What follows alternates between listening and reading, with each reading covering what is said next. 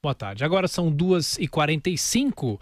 A Jovem Pan fala de Santa Catarina, Balneário Camboriú, em mais uma edição do Work Week, que reúne as filiadas da Jovem Pan. Lá está o repórter Daniel Lian em áudio e vídeo e com uma convidada para participar do Jornal Jovem Pan. Tudo bem, Daniel? Boa tarde para você. Boa tarde, Tiago. Boa tarde, ouvintes e também internautas da Jovem Pan. Exatamente, olha, Tiago, 2h45, a 10ª edição do Work Week. Aqui muito trabalho, seminários, palestras e também debate. Já foi aberto o seminário nesta manhã, a introdução foi feita pela apresentadora Paula Carvalho e também por Emílio Surita.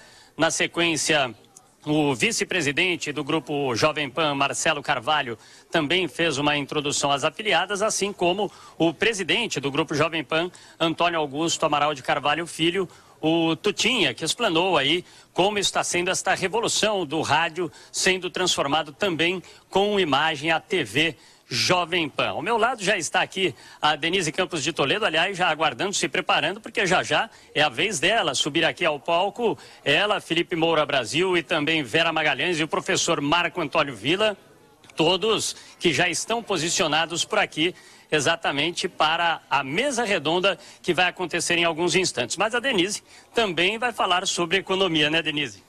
Exatamente, Daniel. Só... Boa tarde, Tiago. Boa tarde aos nossos internautas, ouvintes e a todos. Eu estou aqui, mas acompanhando a economia, né, Tiago? Pois é, Denise. Aliás, assuntos não faltam, né? Hoje é segunda-feira. A gente tem que informar o Boletim Focus do Banco Central. Desde o começo do jornal, a gente vem discutindo essa questão dos combustíveis. A Luciana informou que o governo está reunido para discutir se é possível reduzir impostos dos combustíveis, mas é uma redução que não acontece da noite para o dia. E também o dólar que hoje cedeu um pouco, mas o André Perfeito acabou falando aqui que ele não acredita que essa queda vai se manter pelos próximos dias. As notícias sobre economia não faltam, né, Denise? Você já está afiada para falar aí para as afiliadas da Jovem Pan.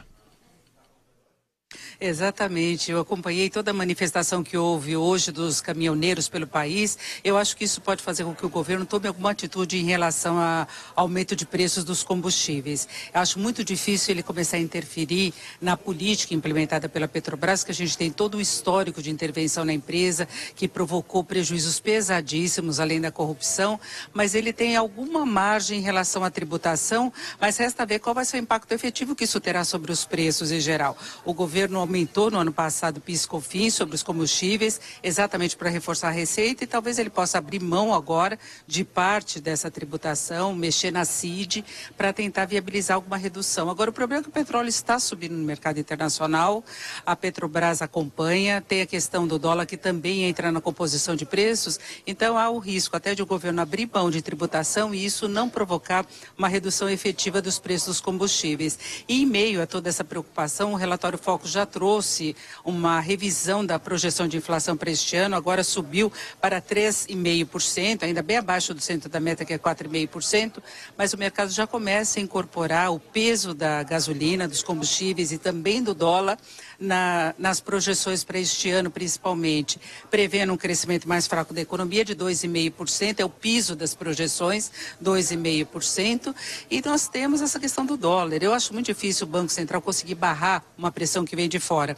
E vale observar que mesmo com essa intervenção dele, o dólar continua na faixa dos R$ 3,70. Portanto, ele conseguiu conter um pouquinho a pressão de alta, né, do dólar, como já se imaginava, mas isso não fez com que o dólar voltasse àqueles patamares anteriores que nós tivemos depois desse movimento todo de pressão que veio do mercado internacional. Então, a gente está num momento aí de muita observação da economia brasileira, para ver até que ponto o cenário internacional pode ter uma influência por aqui. Porque, basicamente, tudo isso que a gente está vendo em relação aos combustíveis vem do exterior, da alta do petróleo, depois da disparada do dólar. E aí, isso afeta a perspectiva de inflação do país, embora não seja nada alarmante, mas acende uma certa luz amarela, né, Tiago?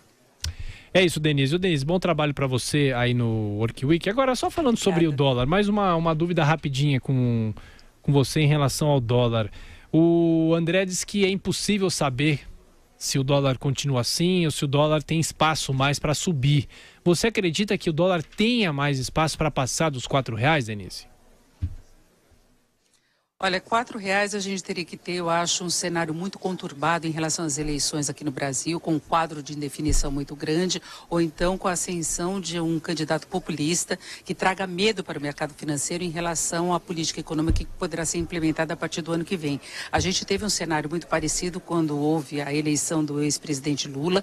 Ele teve de agir de imediato para mostrar para o mercado financeiro que ele iria seguir uma receita mais tradicional, sem grandes ousadias em relação à política econômica, e isso conseguiu acomodar o mercado. Então depende muito das eleições. Agora o cenário internacional também tem produzido muitos fatos negativos que podem ter alguma influência, não fazendo o dólar chegar aos R$ 4, mas mantendo esse movimento ainda de alta.